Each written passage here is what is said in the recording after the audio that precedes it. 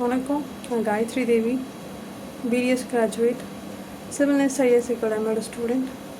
Passed 4 to 5 இயர்ஸாக நான் civil சர்வீஸ்க்காக ப்ரிப்பேர் பண்ணிகிட்ருக்கேன். சிவில் நெஸ்ஸில் நான் மென்டர்ஷிப் ப்ரோக்ராம் ஜாயின் பண்ணியிருந்தேன். அதோட ஸ்பெஷாலிட்டி என்ன அப்படின்னா, நமக்கு சிலபஸ் வந்து மைக்ரோ லெவலில் ப்ரிலிம்ஸ், மெயின்ஸ் அண்ட் இன்டர்வியூக்கு எப்படி ப்ரிப்பேர் பண்ணணும் அப்படிங்கிற ஒரு ஹோலிஸ்டிக் வியூ அண்ட் ஈகிள் வியூனே சொல்லலாம்.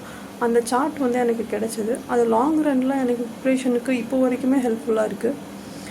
அண்ட் 1-to-1 செஷன், அதில் வந்து நம்ம எதில் வீக்காக இருக்கோம், எது அப்கிரேட் பண்ணணும், எது இன்னும் நல்லா கொண்டு போகலாம், எது ஆன் த ட்ராக் ஆல்ரெடி இருக்குது, அதை எப்படி மெயின்டைன் பண்ணிக்கலாம் அப்படிங்கிற ஒரு இண்டிவிஜுவல் ஃபோக்கஸ் வந்து எனக்கு கிடச்சிது. அதனால் எனக்கு இன்டர்வியூவில் இன்னும் கொஞ்சம் ஹெல்ப்ஃபுல்லாக இருக்கும், ஒருத்தரை நேராக பார்த்து கொஷின்ஸ் ஆன்சர் பண்ணுறதுக்கு. அது இப்போ வரைக்குமே எனக்கு ஹெல்ப்ஃபுல்லாக இருக்குது. ஒருத்தர் பார்த்து பேசும்போது எப்படி நம்ம கரெக்டாக ஆன்சர்ஸ் கொடுக்கணும், எந்த மாதிரி திங்க் பண்ணி ஆன்சர்ஸ் கொடுக்கணும், ப்ரெசன்ஸ் ஆஃப் மைண்டோட எப்படி கொடுக்கணும் அப்படிங்கிறதுலாம். நெக்ஸ்ட்டு வந்து எக்கனாமிக்ஸ். மற்ற சப்ஜெக்ட் மாதிரி எனக்கு எக்கனாமிக்ஸ் இல்லை.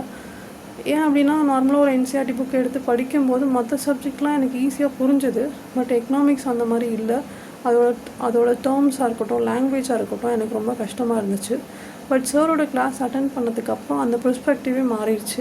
எக்கனாமிக்ஸ் கஷ்டம் இல்லை, அதுவும் வந்து மற்ற சப்ஜெக்ட் மாதிரி ஈக்குவலாகவே பார்க்கலாம் அப்படிங்கிற ஒரு பெர்ஸ்பெக்டிவ் எனக்கு கிடச்சிது. ஏன் அப்படின்னா, சாரோட கிளாஸ் வந்து பைலிங்குவலாக இருக்கும். அந்த எக்கனாமிக்ஸ் டேர்ம்ஸாக இருக்கட்டும், அந்த லாங்குவேஜ் வந்து ரொம்ப ஈஸி பண்ணி கொடுத்தாரு. ப்ளஸ் அது டே டு டே லைஃபோட எக்ஸாம்பிளோட மிங்கிள் பண்ணி அது கிடச்சதுனால அது ஈஸியாக இமேஜின் பண்ண முடிஞ்சது அந்த டேர்ம்ஸ்லாம். ப்ளஸ் அது மைண்ட்குள்ளே நல்லா நின்றுச்சு. அண்ட் நெக்ஸ்ட் வந்து சயின்ஸ் கிளாஸ் பொறுத்த வரைக்கும் நம்ம நிறையா பேர் அந்த அவுட் ஆஃப் பாக்ஸ் திங்கிங் தேவை சிவில் சர்வீஸ்க்கு அப்படின்னு நம்ம சொல்லுவோம். பட் சாரோட கிளாஸ் அட்டன் பண்ணதுக்கப்புறம் அதோட ரியல் மீனிங் என்ன அதோட ரியல் மீனிங் என்ன அப்படிங்கிறது எனக்கு புரிஞ்சுது. பிகாஸ் ஒரு என்சிஆர்டி படிக்கிறோம் அப்படின்னா இதில் இந்த மாதிரி மட்டும்தான் பார்க்கணும் அப்படின்னு நம்ம அதில் கொடுத்துருக்க டெக்ஸ்ட்டு மட்டும் தான் நம்ம படிப்போம். பட் அதை தாண்டி வெளியில் அதை எப்படி பார்க்குறது, வேறு ஆங்கிளில் எப்படி பார்க்குறது, எப்படி அதை யோசிக்கணும், அந்த திங்கிங் வந்து எப்படி கொண்டு வரணும் அப்படிங்கிறது அவரோட கிளாஸ்க்கு வந்து கிடச்சிது. லைக் மீன் பிடிக்கிறத விட மீன் பிடிக்க கற்றுக் கொடுக்குறது எப்படி அப்படிங்கிறத சார் சொல்லி கொடுத்தாரு.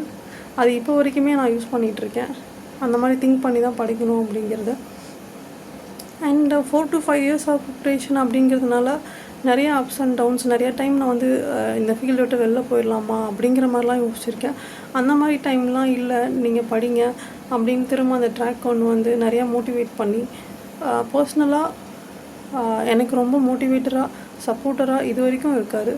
So I very thank to civil ness IAS academy and Vaidyanathan sir. Thank you sir.